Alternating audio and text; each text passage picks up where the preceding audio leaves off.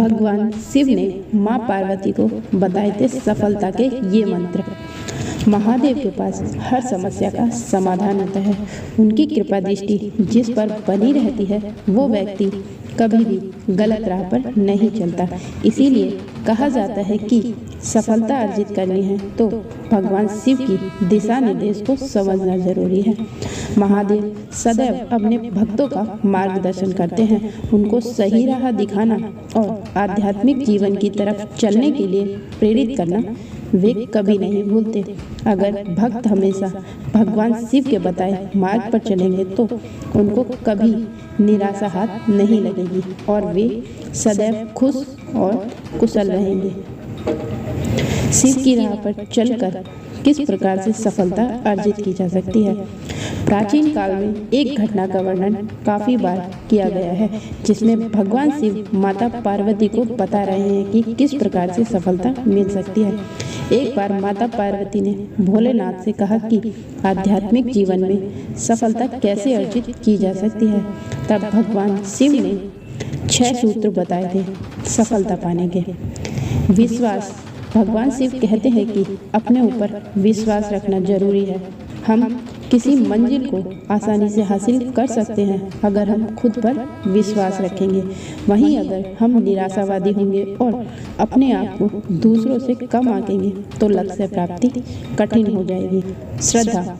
अपने काम के प्रति, अपने भगवान के प्रति श्रद्धा हमेशा रखनी चाहिए। धैर्य सफलता की कुंजी होती है। अगर हम श्रद्धा और सबूरी रखेंगे तो हमारी हर मंजिल आसान बन जाएगी। वहीं अगर हम अपने मन को हमेशा शंकाओं में घेर कर रखेंगे तो किसी भी काम को पूर्ण श्रद्धा के साथ नहीं कर सकते। सच्चा गुरु। हर किसी के जीवन में एक सच्चे गुरु का होना बहुत आवश्यक होता है। अगर गुरु ना हो तो हम दिशाहीन हो जाएंगे। गुरु का हमेशा आदर करना जरूरी है क्योंकि वो हमें सही राह दिखाते हैं, ईश्वर के दर्शन करवाते हैं और हमें लक्ष्य प्राप्ति में मदद करते हैं। समता का भाव। सफलता अर्जित करने के लिए इंसान को समता भाव रखना चाहिए। व्यक्ति को अपने आप को कभी भी ना श्रेष्ठ समझना चाहिए और ना उसे खुद को किसी की तुलना में कम आंकना चाहिए। दोनों ही स्थिति में इंसान का पतन होता है और वो सफलता की सीढ़ी से नीचे गिर जाता है। इंद्रिय निग्रह। हम अपनी विभिन्न इंद्रियों के चलते हमेशा बहुत चंचल रहते हैं। हमारा मन बहुत विचलित हो जाता है और एकाग्रता नहीं रहती है। लेकिन हिंदू धर्म में इस बात को स्पष्ट रूप से बताया गया है कि उपासना करते समय अपनी इंद्रियों पर काबू रखना आवश्यक है।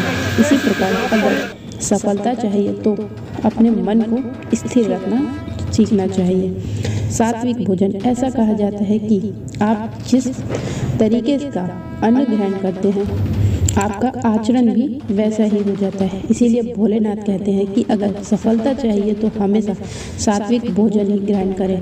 तामसिक भोजन ग्रहण करने से हमारे शरीर को तो नुकसान होता ही है, लेकिन साथ ही हमारी काम करने की क्षमता भी प्रभावित हो जाती है।